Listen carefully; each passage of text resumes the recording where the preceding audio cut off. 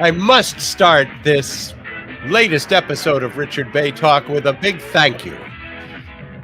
A big thank you to all of you who remembered my birthday last week. I was inundated, swamped with messages and phone calls, and even Albert Reinoso, the producer of this show, sent me an inspiring birthday message. Thank What you do you mean so even? much. I do every year.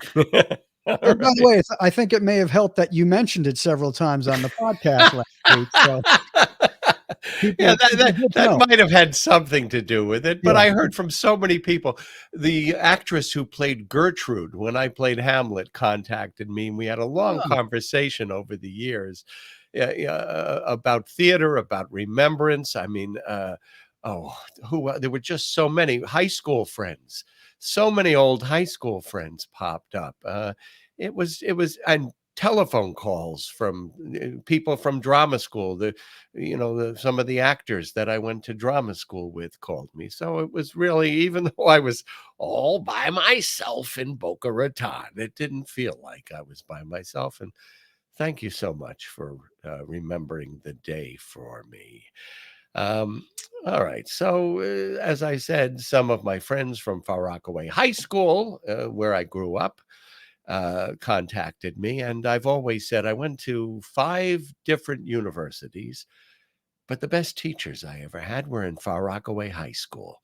I mean, I had a drama teacher who took money out of his own pocket and took me to the theater.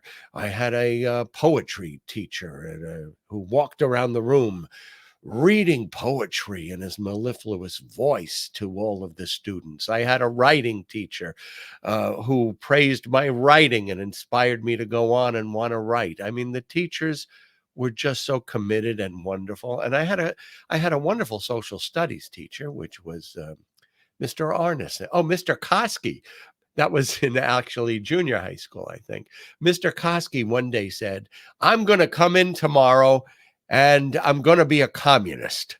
So he was a big, heavy set guy. Try to think of questions to ask me as a communist, and I will answer you as a communist." So we all came up with different questions. My question was, if communism is so great, why did you have to build the Berlin Wall? And I still remember his answer. We built it to keep American spies out of East Germany. Well, one of the students in the class, Ivan Chesler, grew on the blackboard behind him a set of horns. And as he spoke, he said he would go, "Bull, bull." So anyway, that was Mr. Koski. But one thing that they left out throughout high school was really a discussion of slavery.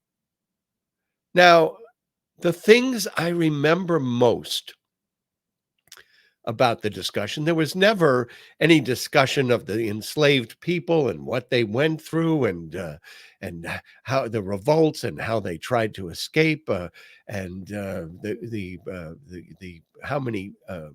how many Africans died in the Middle Passage.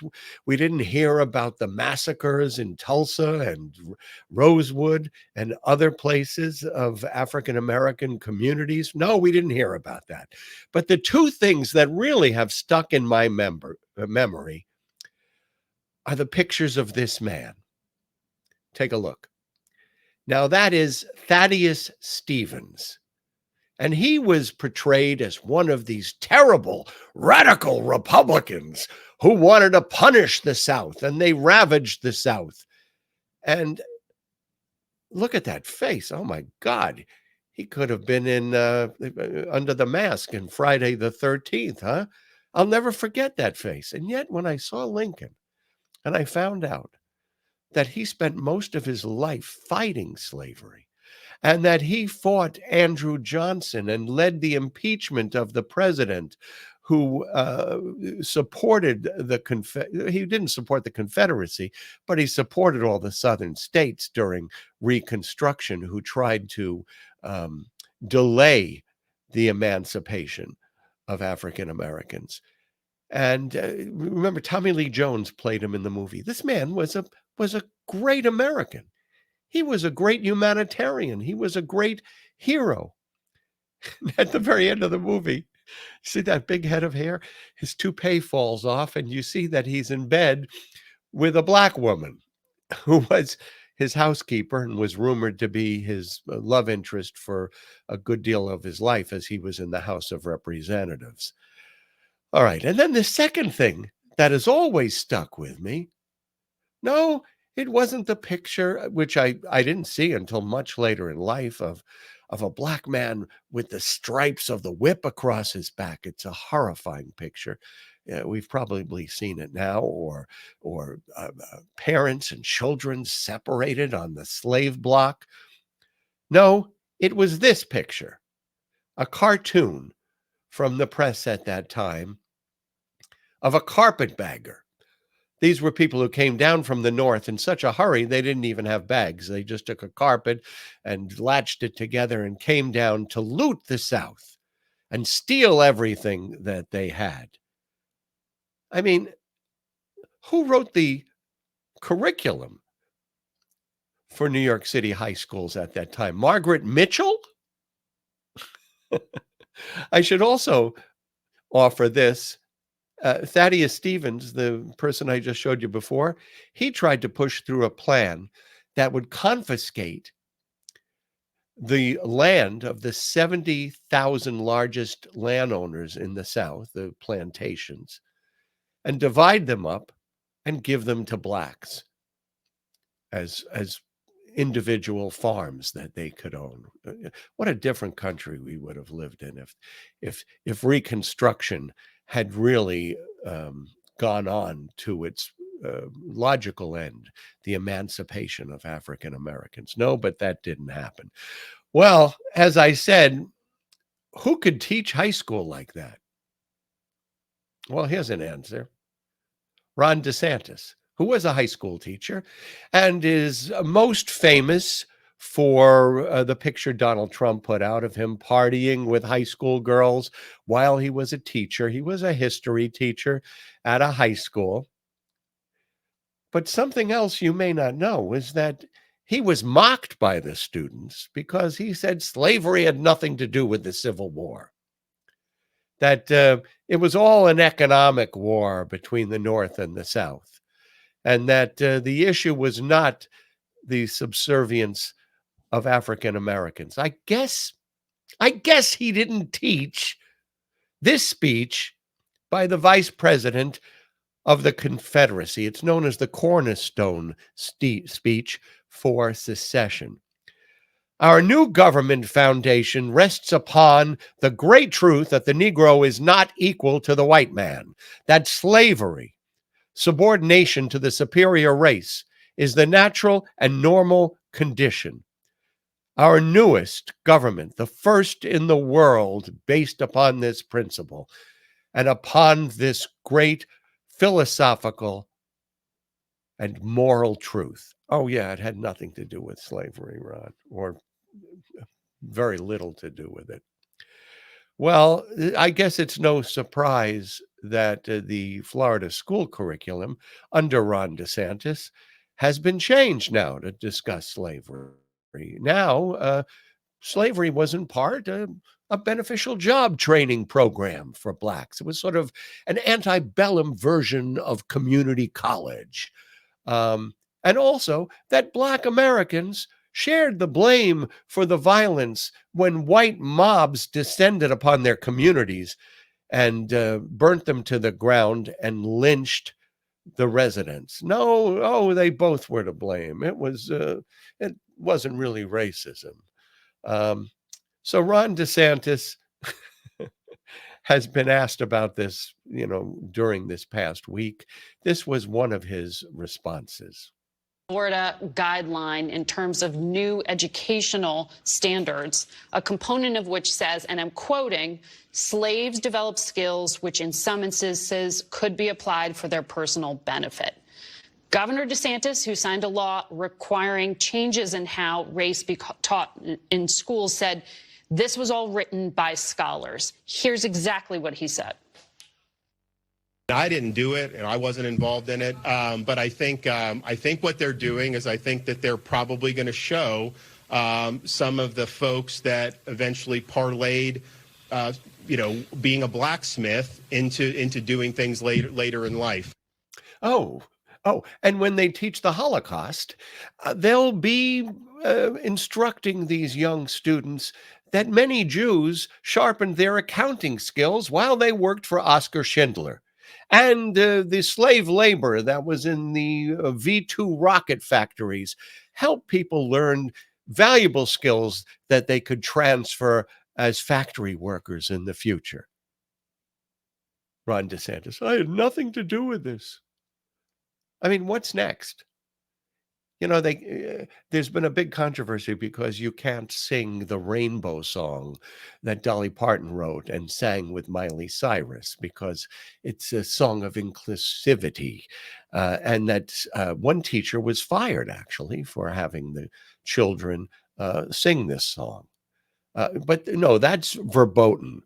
But next, in Florida schools, when they have a school sing, they'll be singing this Randy Newman song called Sail Away. In America, you'll get food to eat. You won't have to run through the jungle and scuff up your feet. You'll just sing about Jesus and drink wine all day. It's great to be an American. Ain't no lion or tiger, ain't no mamba snake. Just the sweet watermelon and the buckwheat cake. You'll be as happy as a monkey in a monkey tree. Climb aboard, little wog, and sail away with me. Sail away, sail away. We will cross the mighty ocean into Charleston Bay. Yeah, that'll be the new song that they sing in Florida schools now. Now, DeSantis, I had a really mean-spirited, hateful program director at one time, but he did teach me one thing. He said, in reference to bringing something up that had passed, don't scratch at a scab.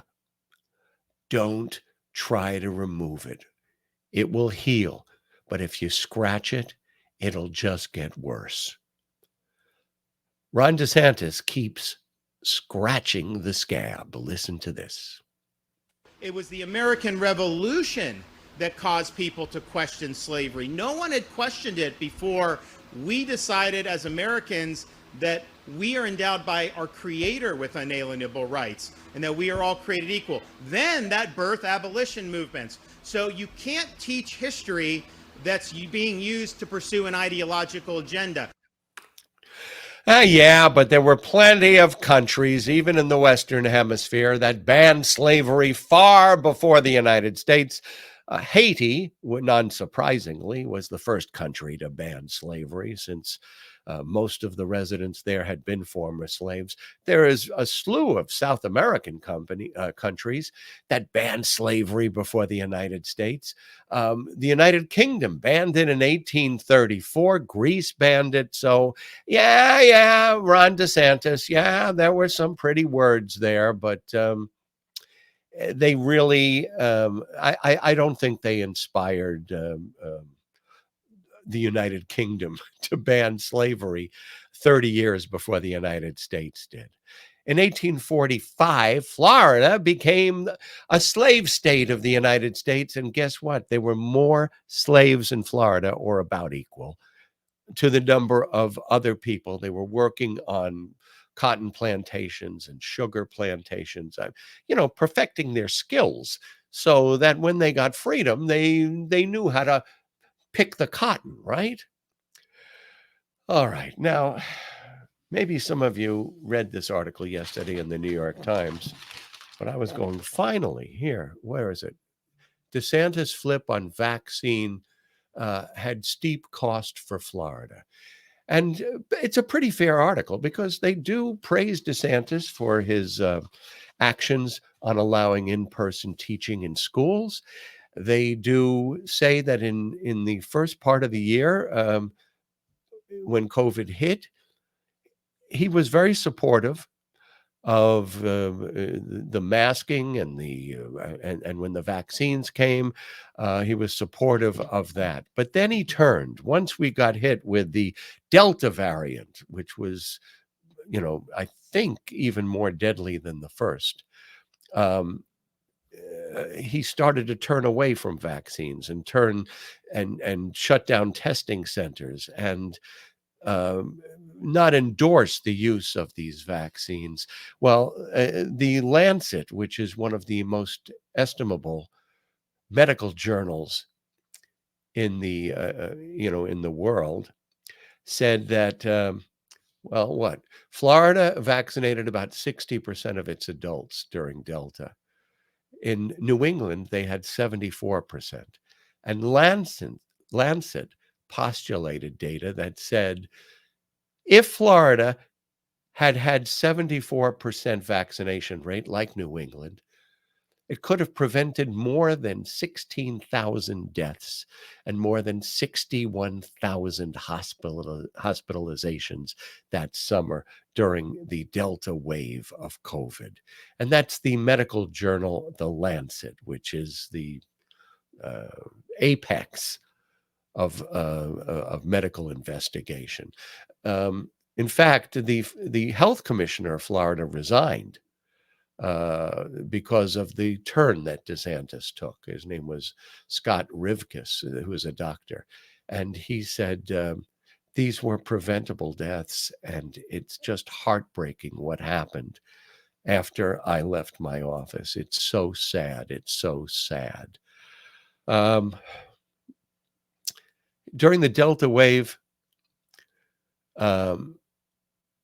Florida, which has 7% of the nation's population, had 14% of the deaths. But it ain't over yet. There are 5 counties in Florida, take a look at this, who want to get the vaccine banned. Yes, they've called the COVID shots bioweapons.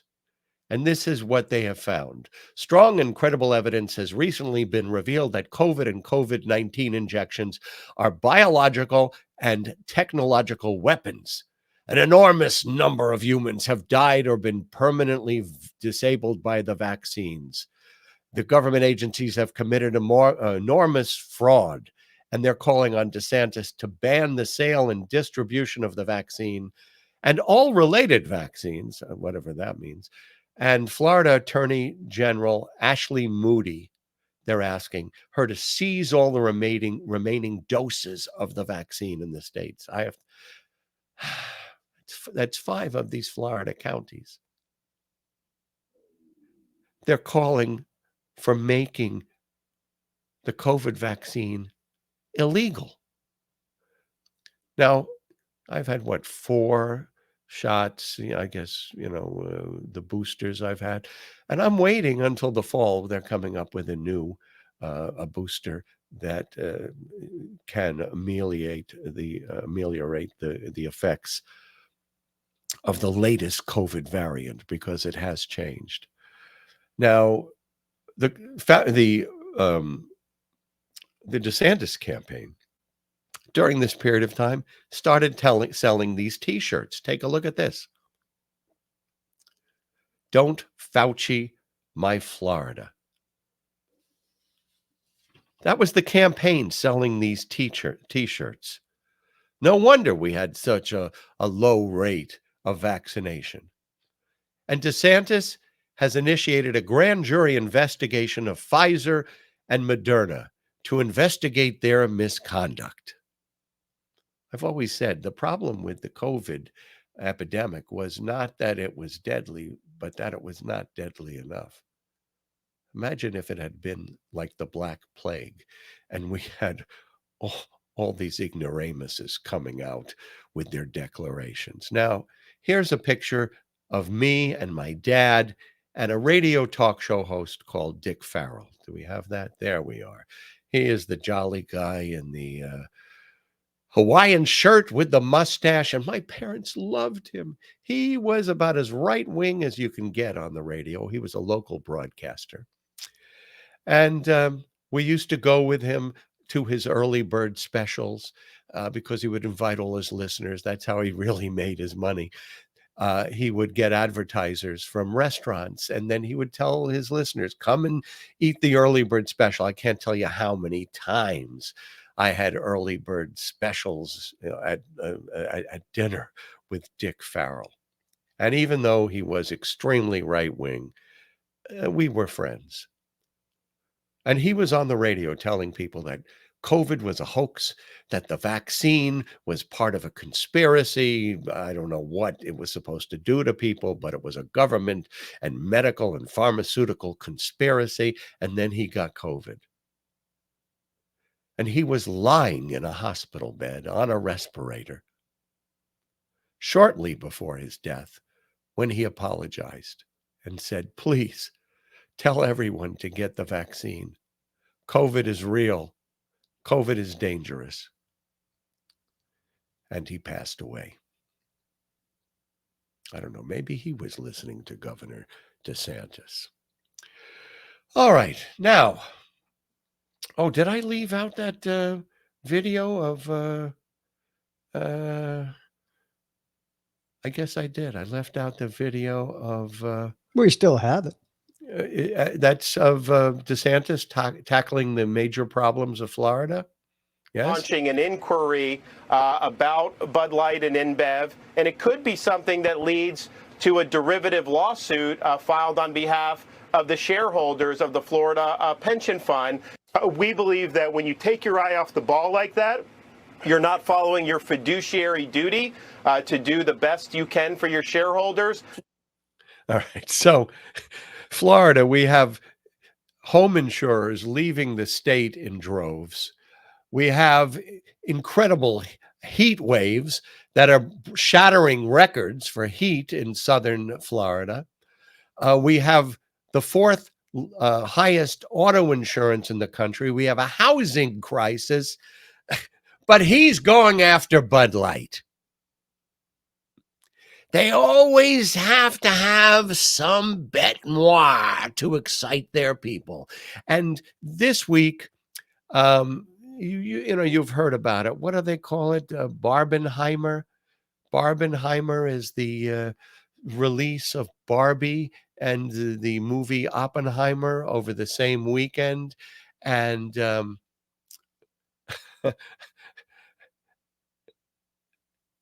conservatives now, almost as ridiculous as this Bud Light thing, they're concentrating their fire on poor little Barbie. Now, it all started with Matt Gaetz and his wife, Daisy. Here they are attending the Barbie premiere. Both wearing pink. Now, Mrs. Gaetz there came out and organized her followers and said, Don't take your kids to see this. Don't see this. It's not about family values. They've destroyed Barbie. There's a pregnant doll in there, and they don't treat the pregnancy with respect. And she says, I recommend that you don't go see this. So what did Billy Joel said? We didn't start the fire. She started the fire. And the rest of the right-wing biosphere jumped on board. You will see here Fox and Friends. You'll see Ben Shapiro. Oh my God, what he does to Barbie is incredible. And yes, Ted Cruz, it's a communist conspiracy. Take a look at this clip. Moms should go see it themselves first and then decide. I think that's because I personally am very upset. I love Barbie. There are like probably 100 Barbies in my house that passed on through the years that all my girls play with. And this movie was made by a bunch of joyless feminists who actually hate Barbie. So that's the problem I have with it. That could be a problem. What the Run.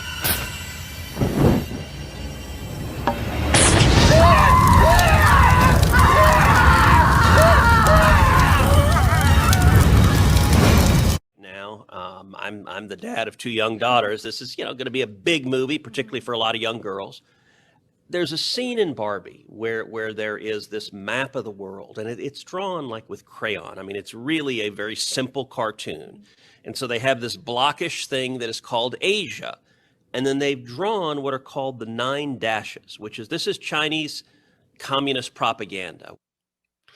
Yes, Barbie is Chinese communist propaganda. You knew, when you have these 2 movies released, and if somebody asked me beforehand which movie would raise right-wing ire, I would have said Oppenheimer. I mean, the guy was accused of being a commie sympathizer. He wanted arms control. He if not regret, he had a lot of conflicted feelings about being the man who headed the Manhattan Project to develop the atom bomb. So I would have think, oh, this is unpatriotic, and look at him. They're iconizing a commie sympathizer like Oppenheimer. But no, it's Barbie who's the commie sympathizer. That's a head scratcher. All right.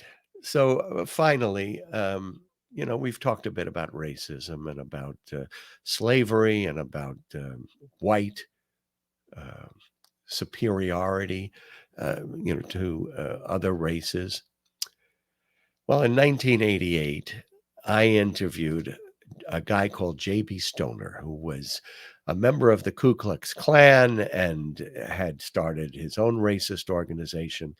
And, don't let his outfit fool you. He ran for lieutenant governor of Georgia and got 10% of the vote.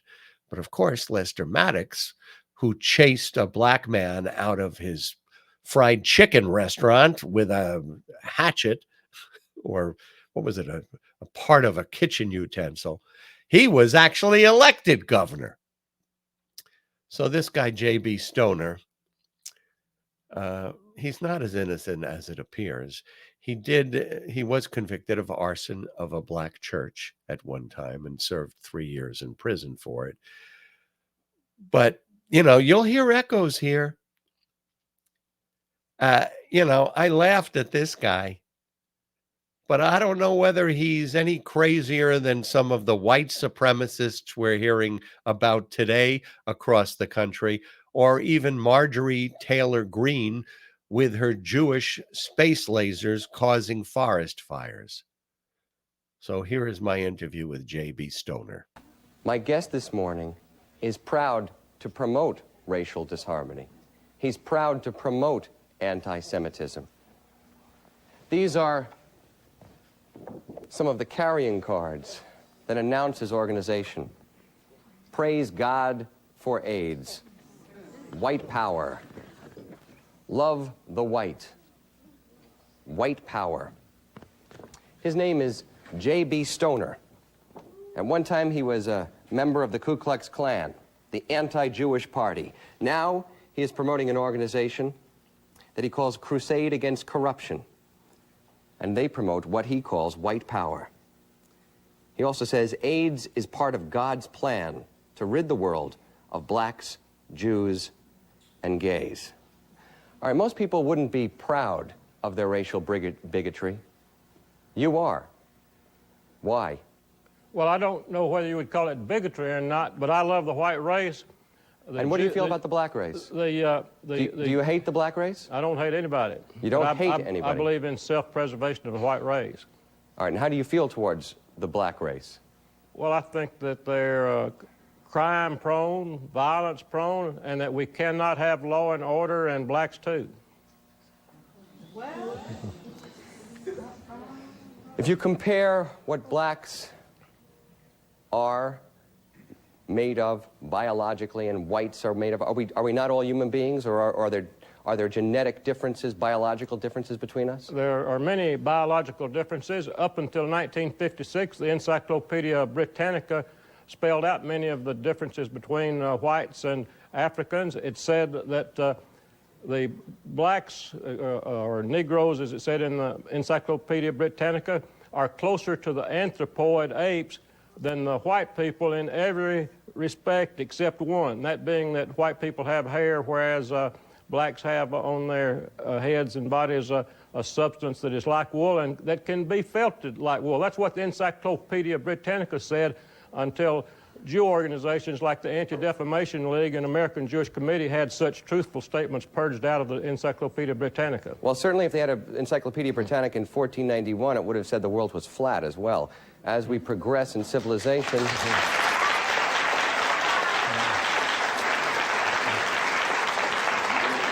Well, hopefully we do progress. Let me ask you this. You're not a very hairy man, but I am. Am I closer to the apes than you are? Because I have hair on my body? In which the Encyclopedia Britannica said that we're closer to the apes. In every other respect, it said that the blacks are closer to the apes, to the anthropoid apes. Well, you're still reading an encyclopedia that was published in 1956. Why don't you wake up? It's 1988.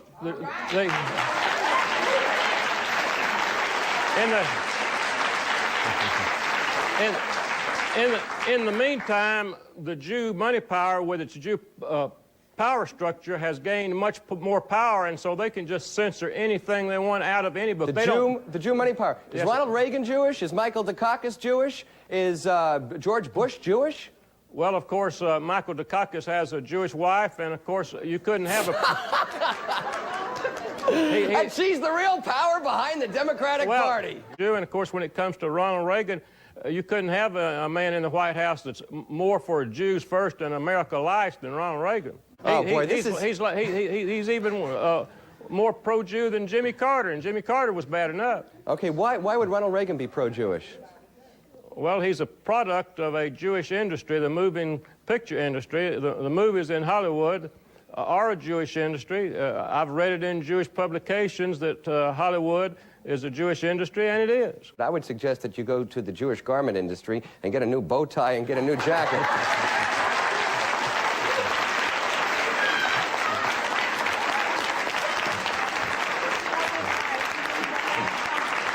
Well, I have a big Confederate flag bow tie, but it was misplaced, so I wasn't able to wear it. How are Jews and blacks, are they any way connected biologically or politically?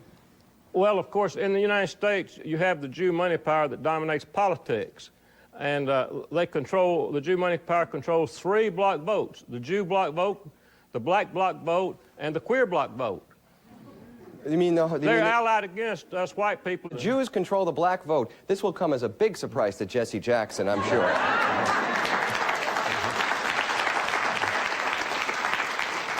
I'm sorry. I really thought that I would come out here and you would make me very, very upset and I'd be very angry and I thought you were very dangerous. But I just think you're funny.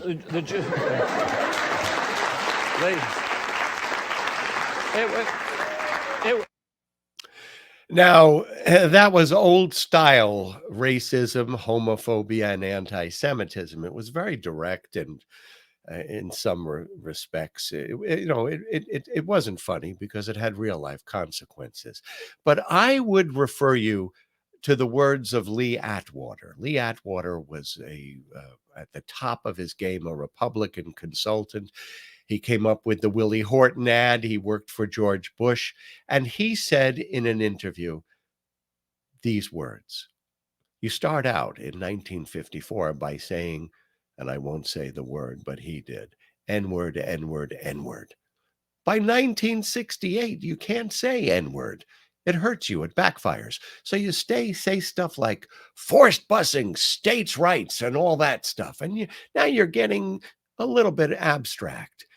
Now you're talking about cutting taxes, and all these things you're talking about are totally economic things, and a byproduct of them is that blacks get hurt worse than whites.